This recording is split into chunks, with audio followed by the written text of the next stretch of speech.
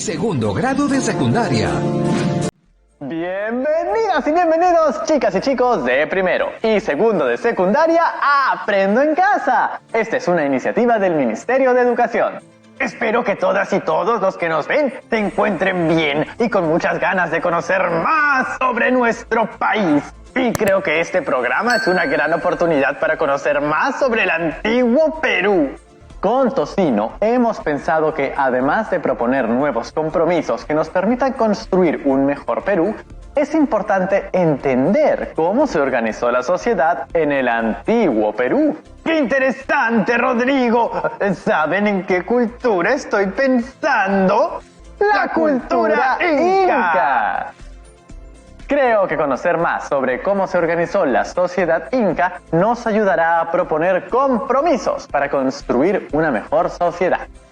Una más equitativa, con más respeto y valor a nuestra diversidad y con mejores prácticas ciudadanas. Entonces, hoy nos preguntaremos, ¿cómo se organizó económicamente la sociedad inca para satisfacer sus necesidades básicas? Y para esto tengo una gran idea. Debemos traer un invitado especial, el mismísimo gran soberano inca, Tocino Cútec. Saludos a todas y todos. Nuestro invitado ya está llegando. Bienvenido al 2021, gran señor Tocino Cútec. ¿Estás listo para empezar? Tocino Cútec siempre está listo. Y para acompañarnos tenemos a una invitada especial. Profesora Gloria. Aquí estoy, Rodrigo Tocino, y es un gusto conocer a alguien tan especial como Tocino Cútec. Hoy tenemos un programa muy especial. Hablaremos sobre la sociedad incaica, los principios y las formas de organización de esta sociedad para el desarrollo de sus actividades económicas. Para empezar a conocer estos principios, vamos a analizar previamente la frase hoy por ti, mañana por mí. ¿Qué tiene que ver esa frase con la sociedad inca? Hola, ¿qué tal? La frase hoy por ti, mañana por mí significa que si ayudamos a otras personas con alguna tarea o trabajo, esa persona también nos ayudará cuando nosotros lo necesitemos. En algunas ocasiones me ha pasado que he ayudado a un amigo y luego esa persona me ayudó también a mí. El apoyo que nos dimos fortaleció nuestra amistad. He investigado que los incas se organizaban de una manera similar y que la fuerza de trabajo de la población fue clave para su crecimiento y desarrollo.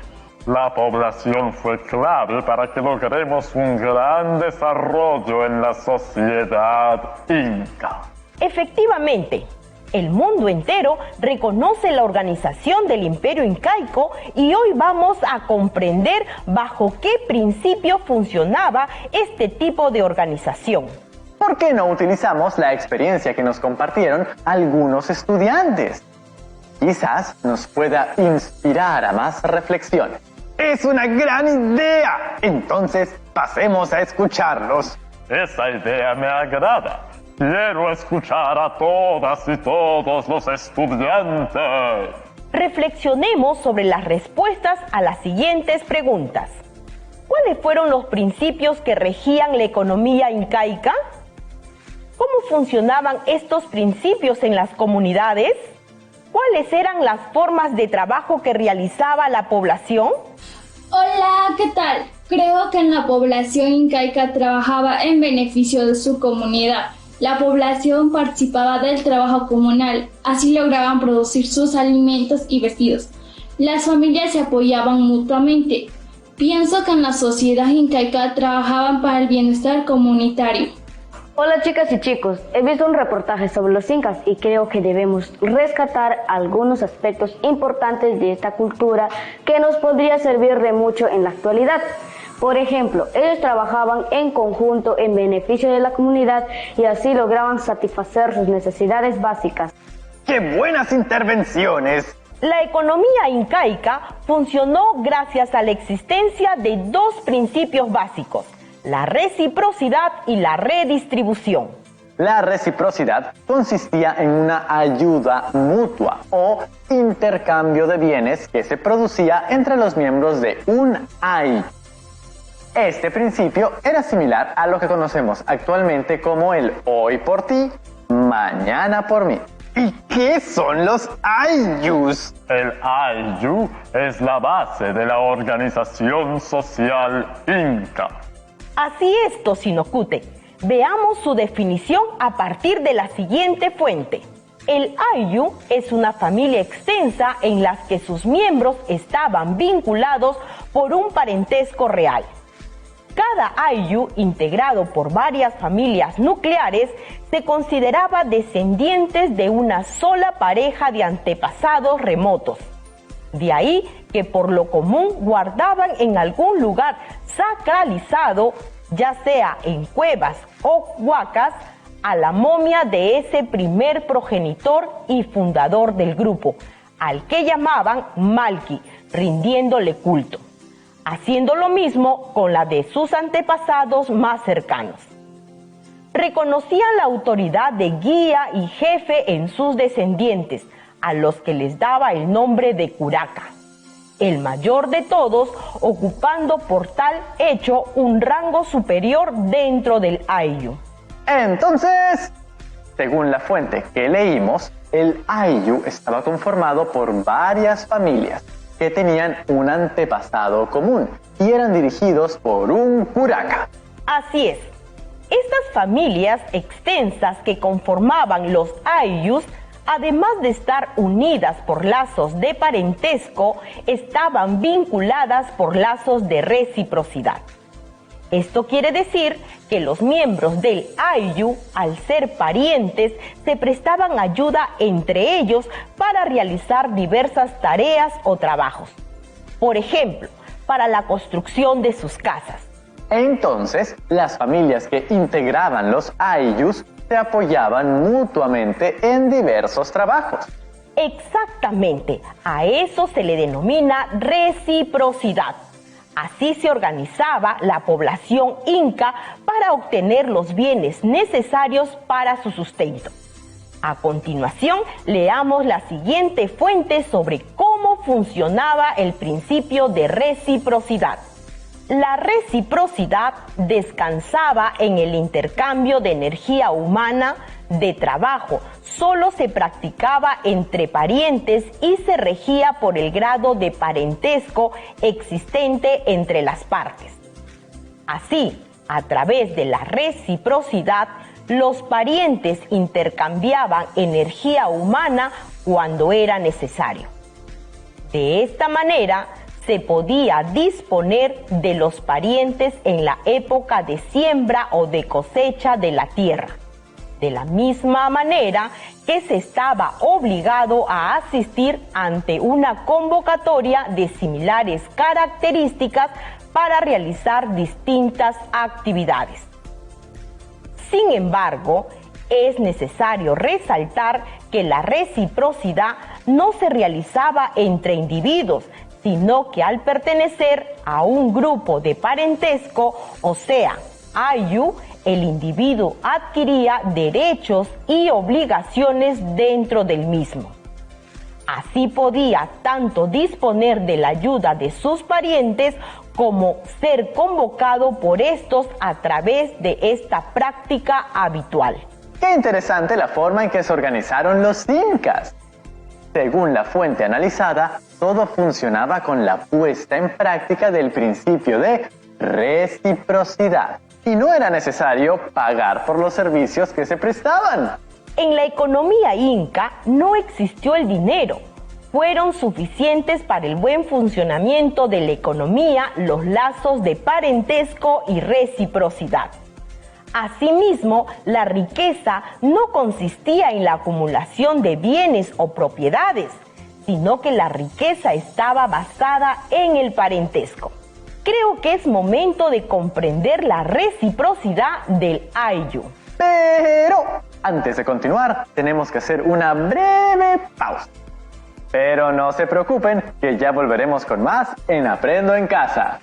No se vayan porque ya regresamos.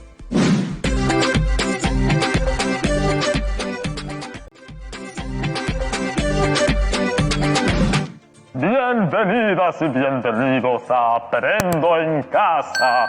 ¿Qué tal si invitamos a una estudiante a responder las siguientes preguntas? Me parece una buena idea. Entonces, observemos la imagen y escuchemos las respuestas a las siguientes preguntas. ¿Qué están haciendo las personas? ¿Cómo crees que se realizaba la ayuda mutua? ¿Qué aspectos rescatarías de esta forma de trabajo? Hola, se observa que los miembros del IU se apoyaban, por ejemplo, en las labores agrícolas, en la siembra y la cosecha. Las familias beneficiarias de la fuerza de trabajo hacían lo mismo cuando eran requeridos por quienes los habían ayudado. Según lo que he investigado, además, durante los días de trabajo, quienes recibían ayuda brindaban alimentación, bebida y algunos regalos. Entonces, tener parientes era muy importante, porque así, las familias podían recibir ayuda para desarrollar las actividades necesarias para su sustento. Efectivamente, por eso eran muy importantes las relaciones de parentesco en la organización Inca. Como se observa, las familias prestaban ayuda con fuerza de trabajo a quienes lo necesitaban. Sin embargo, no solo intercambiaban fuerza de trabajo, en otros casos también realizaban intercambio de bienes. Profesora Gloria, ¿quién dirigía la organización del trabajo de la población? El curaca. Como dice Tosinocútec, los ayllus estaban dirigidos por un curaca. Recordemos que ellos tenían la autoridad de guía y jefe. Quisiera saber más de este personaje. Para comprender aún más sus funciones, leamos la siguiente fuente histórica. Los curacas eran los señores étnicos andinos. Las crónicas los llamaron generalmente caciques. Eran los encargados de administrar la vida colectiva y entre sus funciones más importantes se contaba la regulación de los intercambios de energía humana. Era un mediador en las relaciones con los diversos niveles de poder y fundamentalmente en las relaciones internas del grupo, entre ellas básicamente las de reciprocidad. En ese sentido, los curacas dirigían los intercambios de la fuerza de trabajo del ayllu, es decir, la ayuda mutua entre sus miembros. Asimismo, dirigían el trabajo comunal. Entonces, también los miembros del ayllu realizaban trabajos a favor de la comunidad. Claro, los miembros del ayllu se organizaban de tal manera que realizaban un conjunto de labores comunales. ¿Y qué trabajos hacían? La construcción de puentes, depósitos, templos, canales de riego y otros trabajos. ¿Y qué pasaba con los miembros de los ayllus que no prestaban su fuerza de trabajo para las labores comunales? Según algunas fuentes, era considerado una falta muy grave no acudir a la convocatoria de los curacas para realizar estos trabajos comunales y en casos de reincidencia incluso podría ocasionar que los curacas expulsaran del ayllu a quienes no se presentaban. Asimismo, los curacas eran los intermediarios entre la población y el Inca. Yo vi en un documental que el Inca se casaba con las hijas o hermanas de los curacas. Según algunas fuentes, los curacas también se casaban con las hijas o hermanas del Inca. Así se establecían lazos de parentesco y reciprocidad entre ellos. Con el establecimiento de estos lazos se formaron las alianzas entre el Estado Inca y los diversos ayllus, asentados en las diversas regiones del Tahuantinsuyo. De esta manera, el Estado Inca lograba reunir fuerzas de trabajo para las diversas labores agrícolas, ganaderas o militares, entre otras actividades. Ahora, la reciprocidad puede ser concebida simétrica o asimétricamente. ¿Cómo es eso? Veamos con atención. Reciprocidad simétrica se refiere al intercambio de energía humana o bienes entre los miembros del IU con igualdad entre las prestaciones, es decir, el trabajo que se realizaba o los bienes que intercambiaban eran similares. Reciprocidad asimétrica. En este caso, es el intercambio de energía humana o de bienes. No necesariamente van a ser similares o tener el mismo valor. Esto sucedía, por ejemplo, cuando la población realizaba trabajos comunales o cuando realizaban trabajos a favor del Estado. Veo que además de intercambio de fuerza de trabajo, también existía intercambio de bienes. Exactamente. Recordemos que en la economía incaica no existía la moneda o el dinero. La población adquiría bienes mediante el trueque. ¿Trueque? Veamos cómo funcionaba el trueque en el Tahuantinsuyo. Se contracambiaba productos como la sal, fibras textiles, fármacos, maíz, tubérculos, coca, ají, entre otros.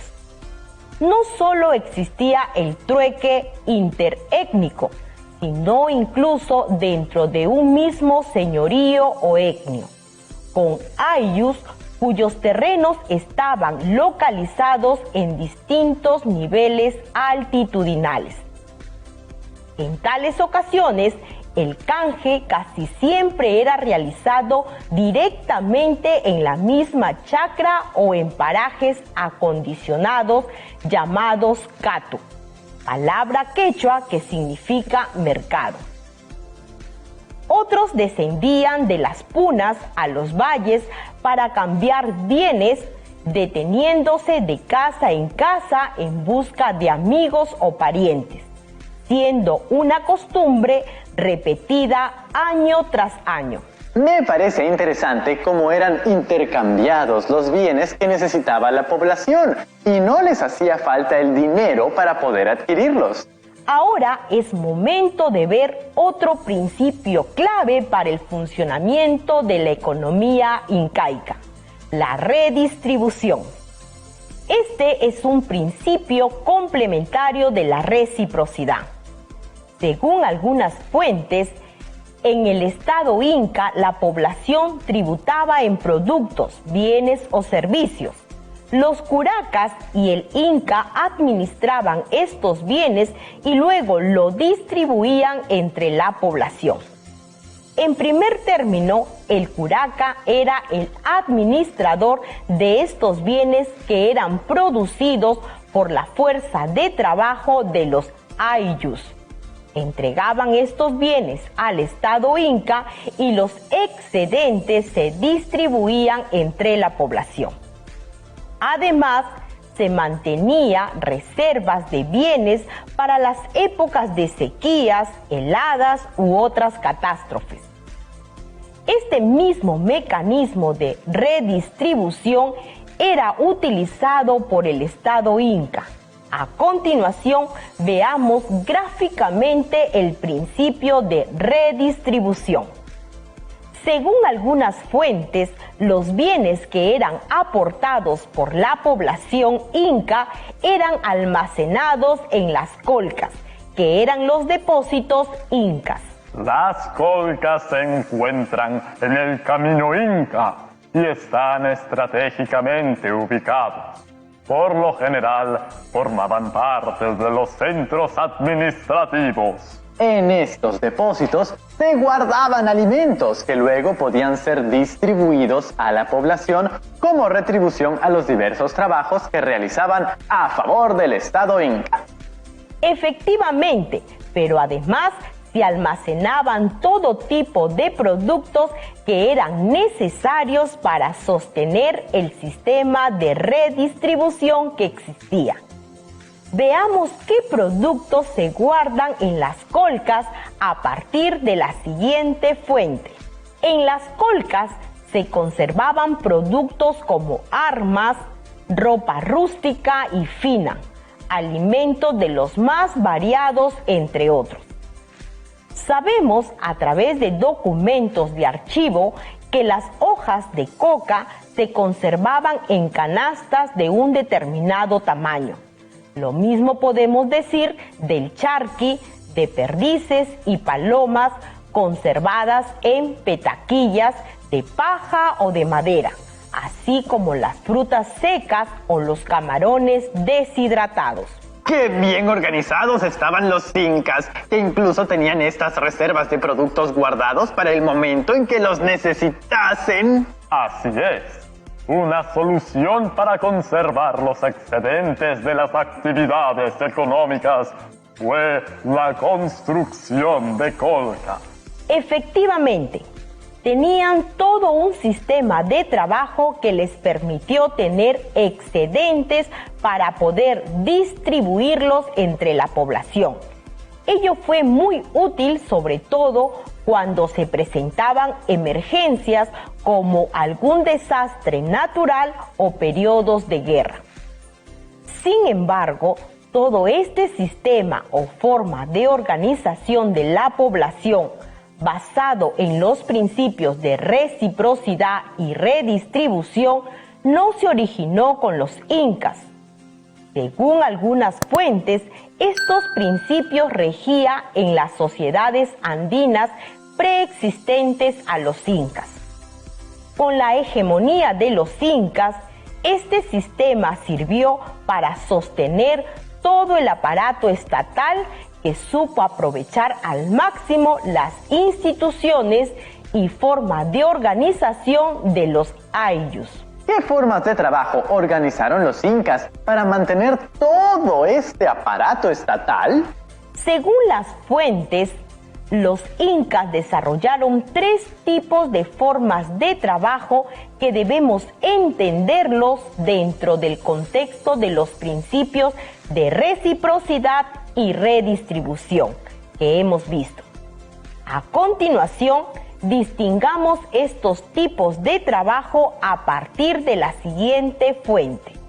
El Aini era un sistema de servicios mutuos mediante el cual un poblador obtenía a través de la reciprocidad la colaboración de sus parientes en tareas del campo, el cuidado del ganado, la edificación de casas, entre otras actividades.